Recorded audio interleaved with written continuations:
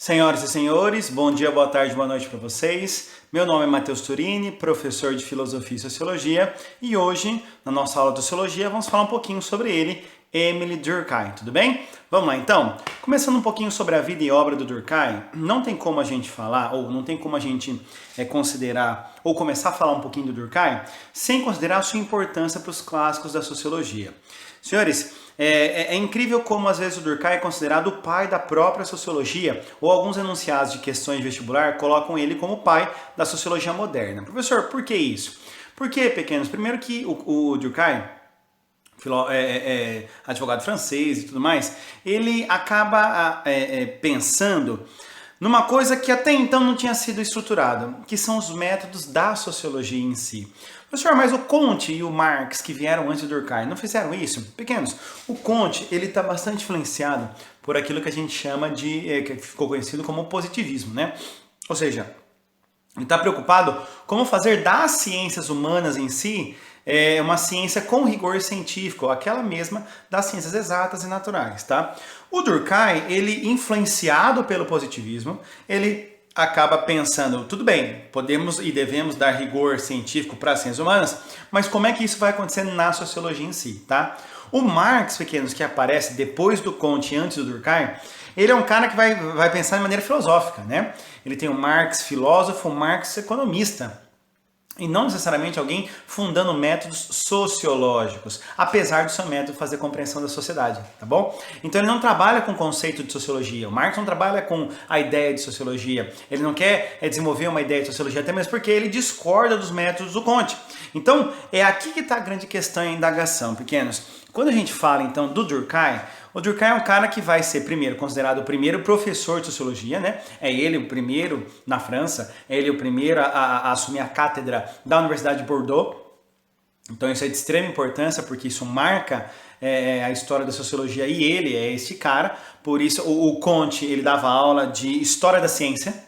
Então, Comte não era alguém da sociologia, propriamente dito, ele é alguém da história da ciência, da filosofia da ciência, a cadeira dele era essa, e o Marx, ele quase entrou na academia e acabou não entrando por conta do falecimento do seu orientador. Então, por isso que o Durkheim é considerado o pai da sociologia, ou o pai da sociologia moderna, ou por alguns pais da própria sociologia em si, porque é ele que vai estar preocupado com o que, professor? Ele vai estar preocupado com métodos, essa é a preocupação do Durkheim. O Durkheim está preocupado assim, ó, como é que nós vamos fazer da sociologia uma ciência rigorosa, uma ciência científica. Tudo bem até aqui? Sussa? Então, ele, o Durkheim, é influenciado por aquilo que ficou conhecido e classificado como escola de sociologia francesa. Senhor, quem que é a escola de sociologia francesa? Pequenos, francesa. Quem são os nossos 4 autores da sociologia? Você tem lá o Comte, Marx, Durkheim e Weber. Esses são os 4, por ordem cronológica. Comte, Durkheim, Marx e Weber. O Comte e o Durkheim, Comte, Marx, Durkheim e Weber. Comte e Durkheim são os franceses. E Marx e Weber são os alemães.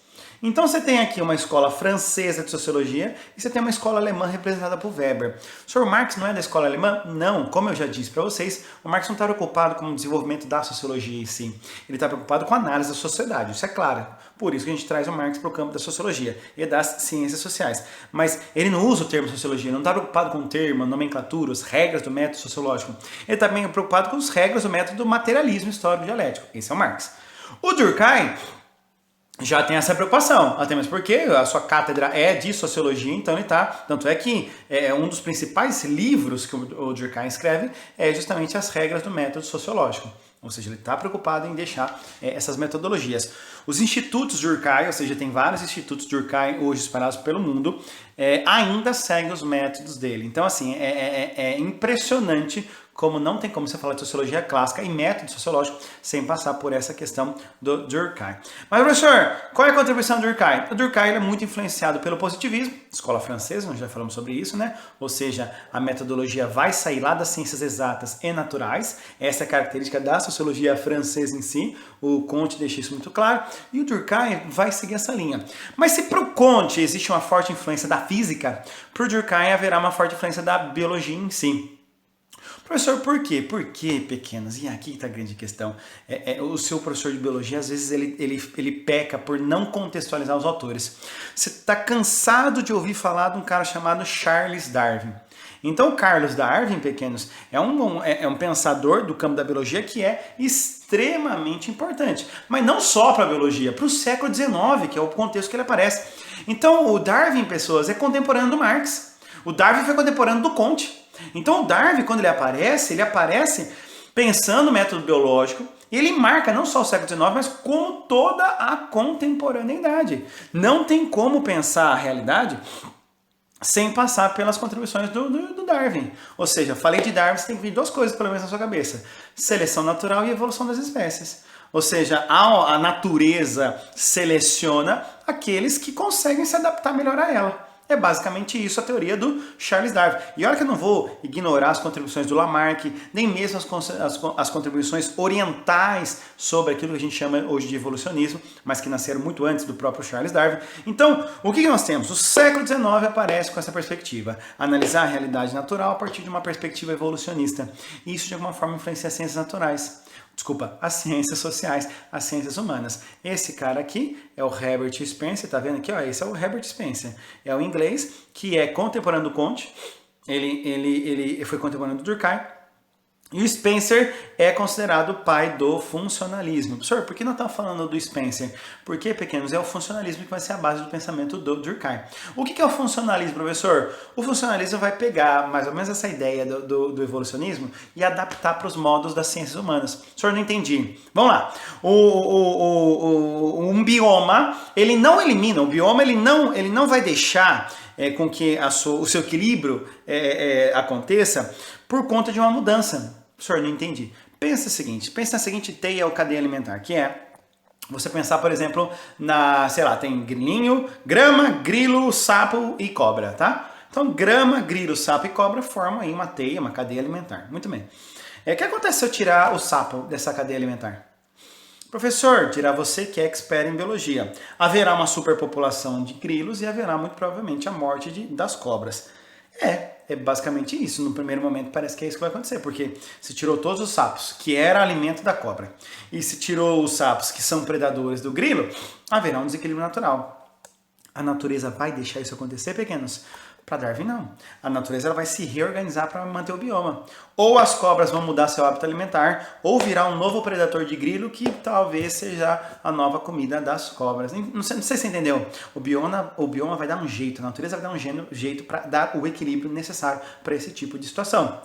O que o Herbert Spencer entende? O que o funcionalismo entende? Que a sociedade é a mesma coisa. Ela possui estruturas institucionais. Essas estruturas institucionais, esses padrões institucionais interagem entre si para manter a preservação da unidade social e cultural. Senhor, não entendi. Pequenos. Quando você nasceu já tinha sociedade, já tinha Estado, já tinha igreja, já tinha escola, já tinha família. Quando nós nascemos, já existia tudo isso, ok? Agora, e aí que está a grande questão. Professor, vamos eliminar então todas as instituições. Não, pequeno, sabe por quê? Porque são essas instituições que dão o equilíbrio para a sociedade viver. Numa perspectiva funcionalista, as estruturas sociais elas dão o equilíbrio, a organicidade para que a sociedade exista. Ok? E o que a sociedade faz numa perspectiva funcionalista? Ela se adequa historicamente para manter esses padrões institucionais funcionando. Tá claro isso, pessoas? Se na natureza, ou se no evolucionismo, a natureza sempre dá um jeito para manter o equilíbrio do bioma, no funcionalismo, a sociedade, as instituições sociais sempre darão um jeito para poder manter em equilíbrio a estrutura social. Tudo bem até aqui, pessoas? Tranquilo? Aí a gente chega nessas condições que o Durkheim vai começar agora a se apropriar. Que é você pensar que a sociedade ela vai trabalhar na seguinte questão. Ela terá um momento de harmonia social, que se chama-se coesão social, e ela pode ter momentos de anomia. Professor, o que você está querendo dizer? Pequenos, é o seguinte.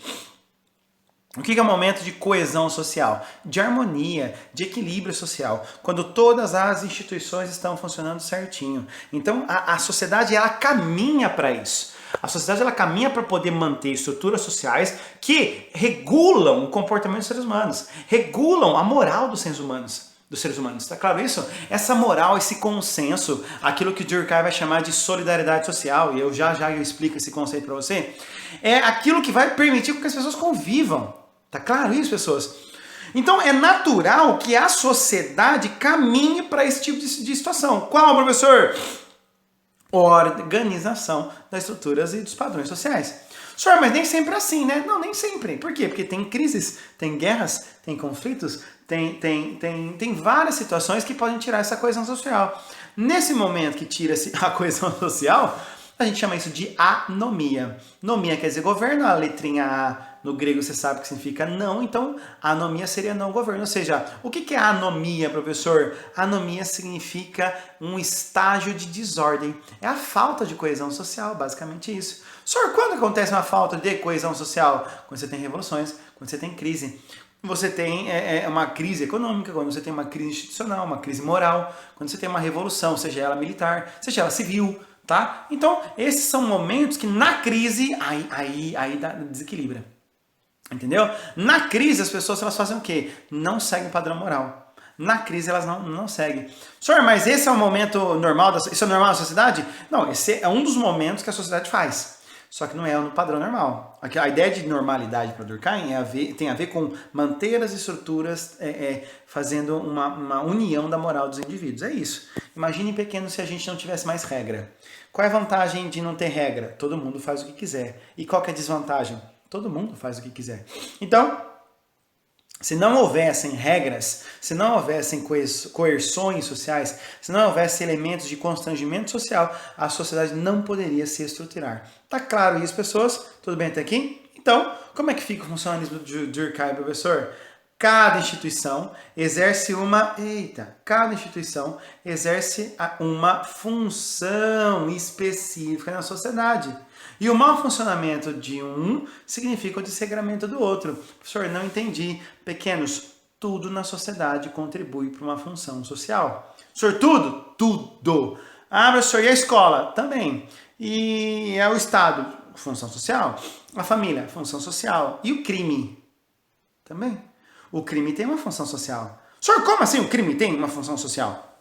Pequenos, para Durkheim, o crime, só para você entender, para Durkheim, o crime ele tem uma proposta social, ele tem de controle da moral humana. Porque, veja, você sabendo que tem cadeia, você sabendo que tem polícia, isso de alguma forma, e leis, isso de alguma forma inibe você fazer um crime, cometer um crime. Quem comete, professor? Aqueles que estão à margem da lei. Os marginais, aqueles que estão à margem da lei. Agora, se a gente tem, então, taxas de criminalidade aqui consideradas normais, então é normal, tá dentro. O crime tem a sua função social. Qual, professor? Testar essas leis. Testar o ordenamento jurídico. Testar o ordenamento da segurança pública. Se essa criminalidade começa a aumentar, começa a subir, quer dizer que existe uma falha no ordenamento jurídico, quer dizer que existe uma falha no ordenamento da estrutura de segurança pública. Isso significa o quê, professor? Significa que quando cresce taxas de criminalidade, significa que a gente precisa rever a política pública de segurança, o ordenamento jurídico e tudo mais. Tá claro isso, pequenos? Então as leis, elas não são prontas, fixas, elas também são históricas. Históricas porque, de acordo com cada momento histórico, as pessoas elas respeitam determinada legislação e furam com outras. Entendeu, pessoas? Então existe sempre uma função social para toda e qualquer ação que você entenda, por mais banal ou por mais recriminada que você ache essa ação. Tudo bem? Mas aí, para a gente fazer essas análises mais tranquilas, a gente precisa pensar qual é o objeto de estudo. Tá vendo aqui, ó?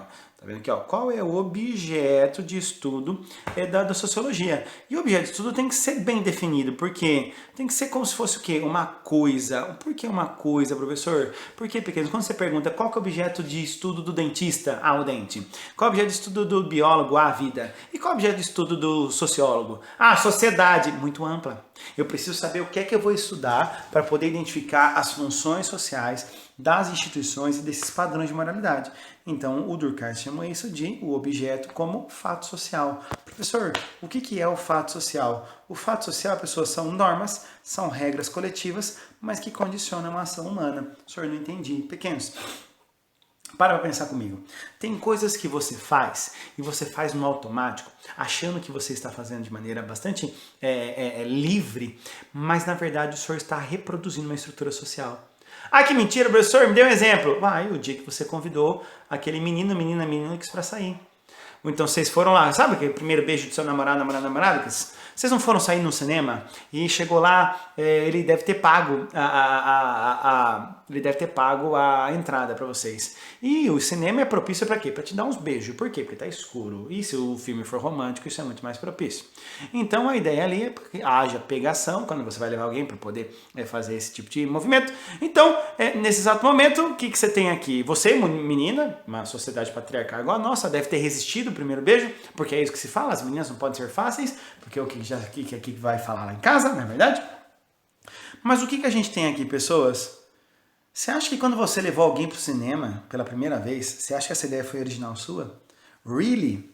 Ai, professor, eu vou dar flores para ela. Jura que você acha que essa ação é original sua? Ninguém na história da humanidade deu flores para ninguém. A gente reproduz algumas ações achando que são livres. Senhor, eu vou comprar. Não. Eu vou postar isso no Facebook. Você acha que essa ação é individual, mas ela é coletiva. É uma regra social. Por que, professor, é uma regra social? Porque ela possui basicamente 3 características. Que eu chamo isso, tá vendo aqui, ó? Eu chamo isso de JEC. Professor, o que é o JEC? O JEC, pessoas, é a generalidade, exterioridade e coercitividade do fato social. Professor, vamos lá. O que é o fato social? Regras coletivas que se impõem ao indivíduo. Quais são as características desse fato social, professor? O fato social é geral, porque ele se aplica para todo mundo, não é uma coisa sua, não é uma coisa de indivíduo. Ele se aplica para todo mundo, ok? Ele é externo, porque não depende da sua vontade.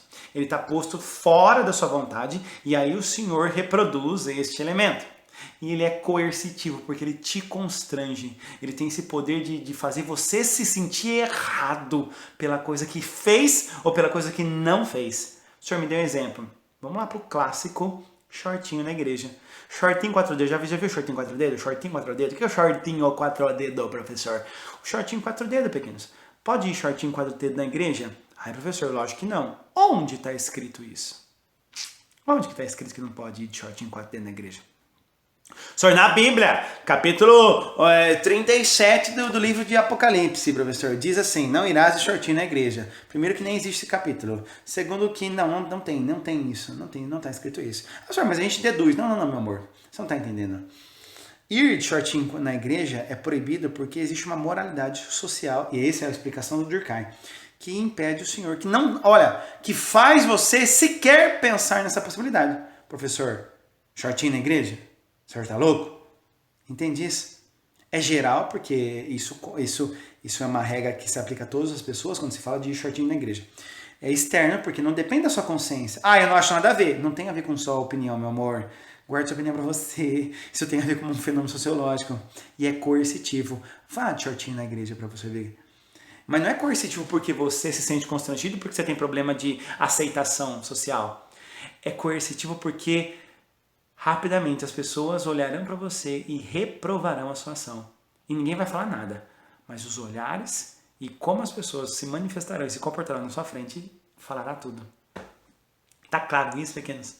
É constrangimento total. É igual o senhor ir de bermuda, camiseta e chinelo numa festa de formatura. Todo mundo de terno e o senhor vai de bermuda e chinelo. Não, professor, não tô nem aí. Não, meu amor, não tem a ver com você. A coerção é social. Tá claro, pessoas, o que é o fato social? Regras sociais, regras coletivas que se condicionam à ação do indivíduo. Então, geralmente, casa-se de branco. Geralmente, vá-se de preto no velório. Geralmente, leva-se presente no aniversário de alguém. Isso são regras sociais que o senhor reproduz, acha que o senhor está agindo de maneira individual, quando, na verdade, é uma maneira coletiva de agir. Tá claro, pessoas? Tudo bem até aqui? Professor, mas as leis, sistema educacional, vestimenta, comportamento e sistema educacional eu acho maravilhoso, porque tem a ver com a minha área, pequenos. O senhor, se não reprovou de ano, o senhor está há 12 anos na escola. O senhor ficou 12 anos na escola. 9 anos de ensino fundamental, do primeiro ano ao 9º ano, e 3 anos de ensino médio. 12 anos sentado numa cadeira virado para frente. ouvindo o professor falar que ao escrever na lousa o senhor faz anotações, porque vai ter um negocinho chamado prova, onde ele vai fazer o checklist se o senhor vai reproduzir as ideias e os conhecimentos que ele botou na aula. Imagine agora em condições de pandemia. Pós-coronavírus, como é que fica essa estrutura? Aí você sabe o que faz? Eu acho isso maravilhoso. O professor, principalmente na área das naturezas, o professor vai lá, bota uma lousinha e escreve na lousa. Meu amor, isso não é aula digital. Sabe o que é isso? Está gravando uma aula tradicional. O professor de biologia, física e química não entendeu que eu preciso abrir uma slide aqui, abrir links no YouTube, abrir links na internet e fazer vários conhecimentos se cruzarem. Mas as ciências naturais e exatas acho que ainda não entenderam o que é para fazer enquanto educação tecnológica. Por que não, professor? Porque a sociedade impôs, não só esses professores, mas como você, pequeno. Você que está assistindo aula online, você está assistindo minha aula, é muito provavelmente porque o senhor não está tendo aula física, então eu estou gravando essa aula em período de Covid-19, de pandemia. Então, o senhor rapidamente fala assim, que saudade da escola, senhor, eu não aguento mais esse tipo de coisa, eu sonho para ir para a escola. Por quê, professor? Porque o senhor foi formatado, o senhor foi... Veja o que a educação escolar fez com o senhor. Destruiu a sua mentalidade. O senhor acha que educação escolar é necessariamente sentar numa cadeira e ouvir alguém falando, como se esse alguém tivesse resposta para tudo. Pobre do senhor, que incorporado da estrutura social agora não consegue se ver livre dela. Entendeu o que o Durkheim está querendo dizer? O Durkheim está querendo dizer que isso chama-se consciência coletiva. Consciência coletiva não é a soma das individuais, é síntese. Por quê? Não é soma. Não é soma, não é assim. O que é consciência coletiva? É soma. Não. Eu somo todo mundo e tem. Não. A consciência coletiva é síntese. Em geral, casa-se de branco, mas tem gente que casa de vermelho. Em geral... vai de preto no velório, mas tem gente que vai de branco. Em geral, leva-se presente na festa de aniversário do coleguinha e tem você. Eu não sei se você entendeu. É em geral. E a coerção é justamente por isso. Porque essa consciência coletiva dá um padrão de sociedade, dá um padrão de normalidade de ação, onde o senhor, correspondendo a esse padrão, é legitimado, é corroborado. Mas se assim o senhor não corresponde, o senhor é constrangido. E essa coerção, ela não é orgânica, ela não é psicológica, ela é social. Não tem a ver com a sua baixa autoestima, meu amor. Isso tem a ver com um fenômeno muito mais forte. E a corrente social é o maior exemplo disso. Professor, o que são correntes sociais? Manifestações de entusiasmo, indignação e piedade que acabam arrastando o indivíduo. Arrasta o indivíduo. O senhor me deu um exemplo. Vamos lá. Vamos pensar o seguinte...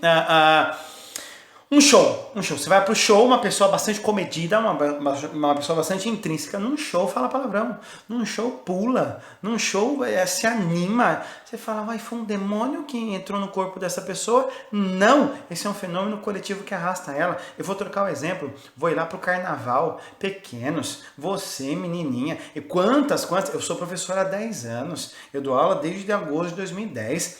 Nós estamos em 2020. Faz 10 anos que eu dou aula. Quantas vezes...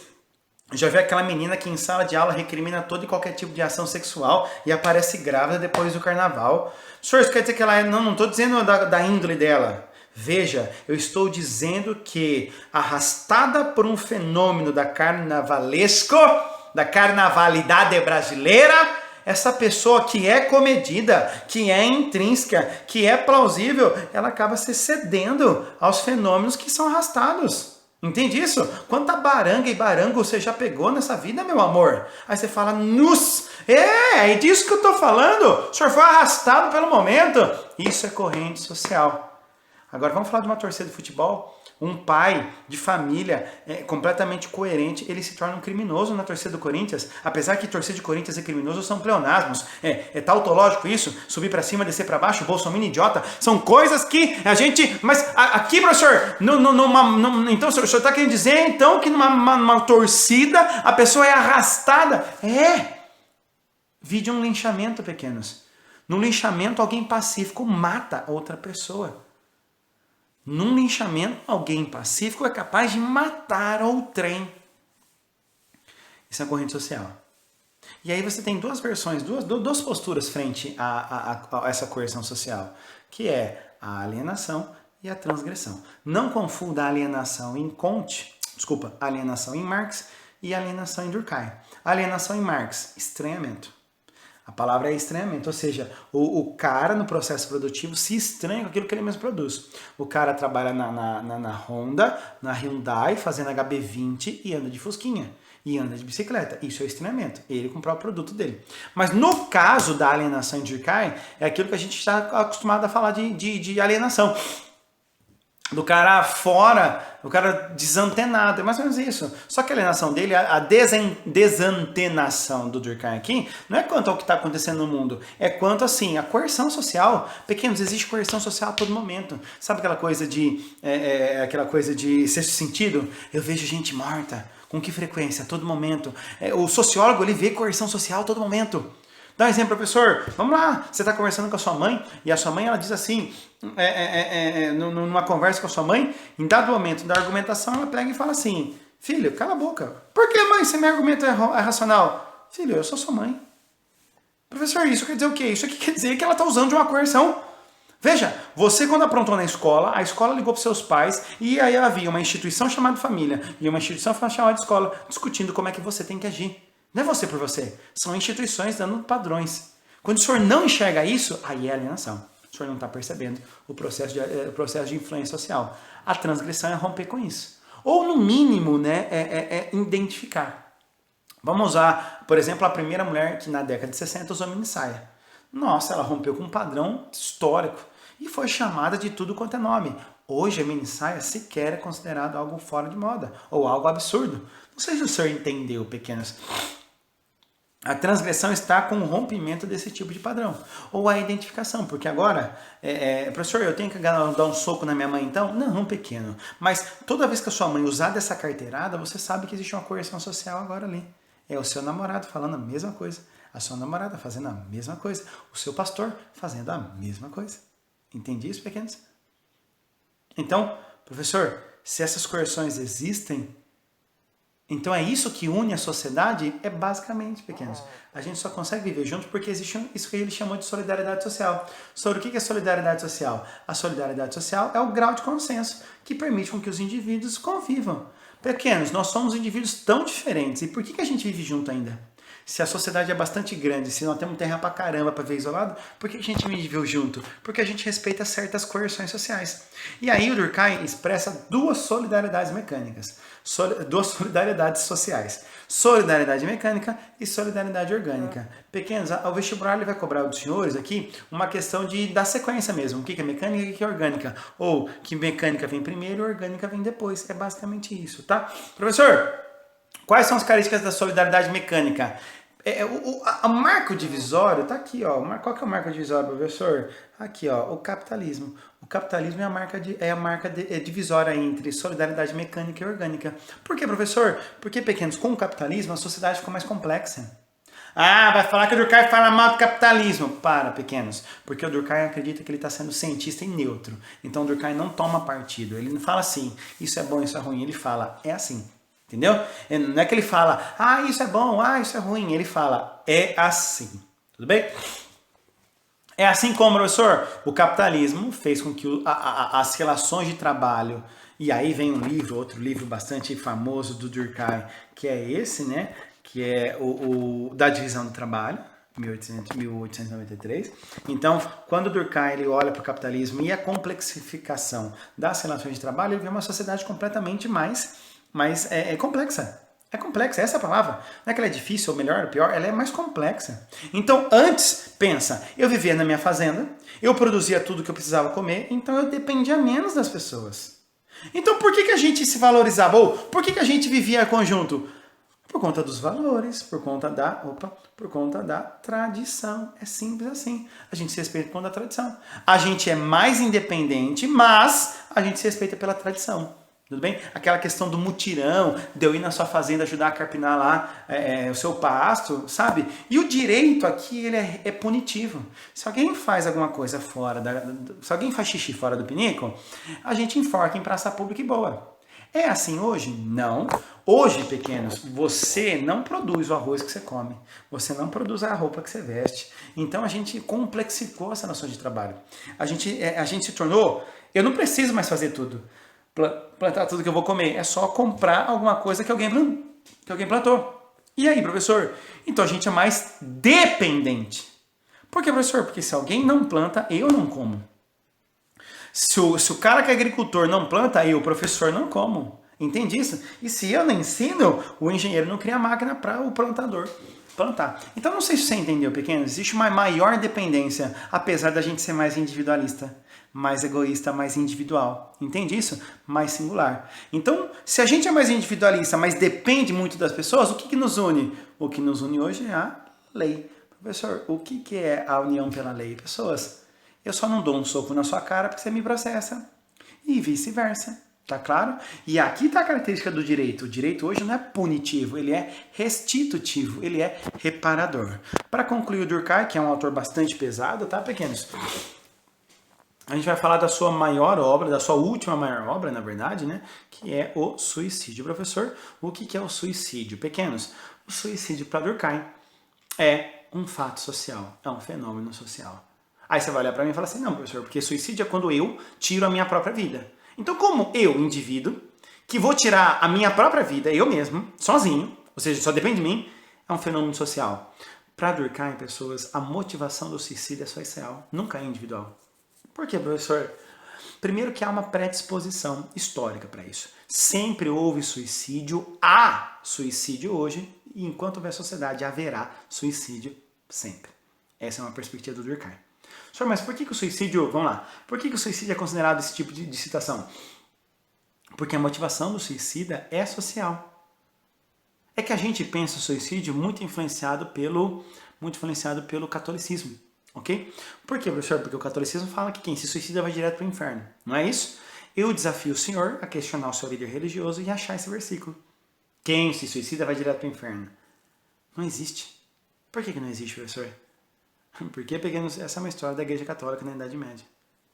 E existe até um problema. Olha aqui, eu vou trazer 2 provocações teológicas para você levar para o seu líder religioso. Você que é cristão. Você lembra do Sansão? Sansão, um cabeludo forçudo, que batia e descia o cacete em todos os filisteus.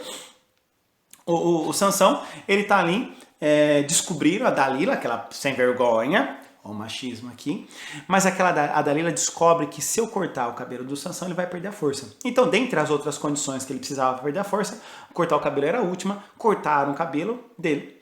Os filisteus prenderam Sansão, e ele sem força foi furado os olhos do Sansão, e ele foi levado para o arraial dos filisteus, amarrado numa pilastra central, lá no arraial dos filisteus. E aí, professor? E aí que ele estava lá, prostrado. Ele faz a sua última oração. E aí, professor, o que ele faz? Ele ora dizendo, olha, Deus, se o Senhor puder, me dá a força do Espírito Santo. Eu vou arrancar essa pilastra, mato todo mundo que tem aqui, inclusive eu. Dirá Sansão, inclusive a mim. E aí, professor?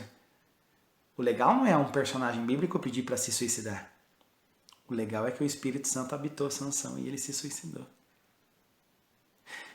Se Cristo sabia que ia morrer, teria Cristo se suicidado? Não, professor! Percebeu como a gente pensa em suicídio? Influenciado pela religião? Pera lá, alguém que caminha para a morte, sabendo que está caminhando para a morte, não é um suicida? E Cristo sabia que estava caminhando para a morte. Ah, mas ele tinha uma motivação fora dele. É o que o Durkheim está dizendo. A motivação do suicida é fora do suicida. E aí você tem pelo menos 3 tipos de suicídios. O suicídio altruísta, o egoísta e o por anomia. Professor, o que é o suicídio altruísta? Quando alguém morre ou se suicida em nome de outrem. Então, por exemplo, pequenos, Cristo poderia encontrar-se aqui, mas vamos pensar num homem-bomba, num kamikaze, os japoneses kamikazes, ou num ato de heroísmo. Vamos pensar que você está precisando de um fígado novo, um rim novo, e aí o seu pai, que é o único que tem compatibilidade com você, ele vai doar o que ele precisa. Pequenos, a sociedade pressionará este homem para que ele doe. Por quê? Porque existe um consenso social de que o pai tem que dar a vida pelo seu filho. Ou ao contrário. Ou o marido com a esposa e por aí vai. Entende isso, pequenos? O egoísta já tem a ver com o enfraquecimento do laço social do indivíduo com a sociedade. O indivíduo vai se afastando tanto do laço social, vai perdendo o controle, entendeu? Vai perdendo essa relação com a sociedade, que é o único jeito dele sair dela, porque não dá para sair da estrutura social, é matando-se. Entendeu? Dá um exemplo, professor, baleia azul. Baleia azul, mas eu vou usar o caso dos depressivos aqui também. Porque alguém depressivo não é no sentido da doença, é no sentido de deprimir-se. Deprime-se com a própria sociedade. Alguém que olha para a sociedade, o senhor vê tanta porcaria nas redes sociais, o senhor só vai ficando deprimido e fala assim, rapaz, eu acho que eu vou sair dessa sociedade. O jogo Baleia Azul, por exemplo, é considerado um suicídio egoísta, porque vai enfraquecendo, lembra do jogo Baleia Azul? Ele nas etapas dos jogos ia enfraquecendo o laço social de quem jogava, até que no final do jogo, a última jogada era o suicídio. E para concluir, o anomia. O que era por anomia, professor? Enfraquecimento das regras morais. Existe uma crise, tá vendo aqui, ó? Existe uma crise humanitária, uma revolução, e as pessoas começam a tirar a própria vida. Vamos pensar, pequenos, que na Venezuela, todo mundo passando fome, seria estranho se as pessoas começassem a matar-se? Ou na Síria, em plena guerra civil, seria estranho que as pessoas tirassem sua própria vida? Para Durkheim, não. E quando isso vai parar, professor? Enquanto houver sociedade, haverá suicídio. Por isso que na pesquisa do Durkheim, o que ele identifica? Solteiros, divorciados, viúvos, sem filhos, tendem mais ao suicídio. Não sei se o senhor percebeu. O que o senhor percebeu, professor? Quanto menor é o laço social, maior a tendência do suicídio. Por isso que a campanha Setembro Amarelo não é uma frescura. A campanha Setembro Amarelo é um estímulo dos laços sociais para que haja a inibição dos casos de suicídio. Tudo bem que a crítica fica, mas é porque só setembro, porque é amarelo, hipocrisia, pará. O fato é, quanto maior ou quanto mais laços sociais as pessoas possuem, menor é a tendência do suicídio delas. É essa a ideia, segundo Durkheim. E os institutos Durkheim, que usam a metodologia de Durkheim até hoje, corroboram essas falas até hoje. Tudo bem, pessoas? Beijo no coração, então, pessoas. Vamos nos falando. Até mais.